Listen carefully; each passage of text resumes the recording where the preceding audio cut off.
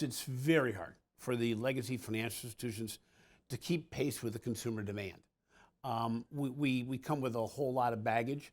A lot of the legacy operating systems were built in the 70s. I mean, they were built in the late 70s when ATMs were just coming on board. And now we're expecting them to drive mobile and online banking environments as well as a complete digital experience. That's very hard in today's environment. And so in order to be able to get a jump start, I think the FinTechs really provide some of the value proposition that can be a benefit to the larger legacy organizations. And again, where we really are getting to the point where the FinTech firms have the agility, they have the knowledge of how to use data and to deliver a digital solution. And most importantly, they really have a focus on the leveraging of the data and the digital together to build a better experience overall for the consumer. We talk a lot about the innovation in the legacy financial institutions, and we're seeing a lot of organizations build FinTech innovation labs. The challenge is not many of them are really delivering solutions that are reaching the consumer.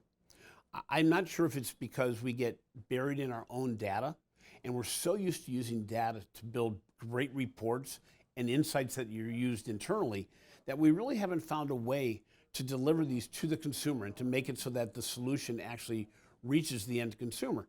It's coming from the top. I'll use BBVA as the best example in the United States in that when you meet and talk to the chairman of that company, you see immediately that his focus is on innovation, new solutions, driving new ideas to the marketplace and investing as such. The biggest challenge we have right now is that there's a big gap between the personalization that people want and the personalization that the financial institutions are able to deliver. And again, it gets back to the whole issue of data, but more importantly, it gets into the whole aspect of how much personalization is too much or too little. We call the personalization paradox, where I want security. I want the ability for you to know me, but I also don't want you to lose that data. And so it becomes a give and take, but as we get deeper and deeper, and if I can get value back for sharing, I'm gonna share over and over again. The challenge again gets to the fact that we talk a lot more about personalization than we apply it. If you look at voice banking and you look at the potential to take intelligence, analytics, data, and digital and put those together, the ability to have a digital concierge that is not driven by typing into a keyboard, but is actually driven by my voice, and where you have the artificial intelligence using everything that's happened in the past to build a better solution for the future, that's where I see banking going. And when you really talk about an experience, talk about the wow moment.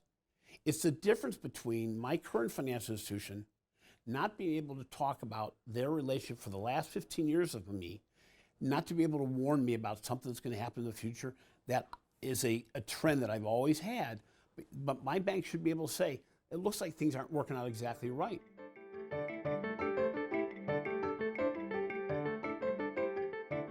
I think the biggest change may be that we won't talk about banking and FinTech.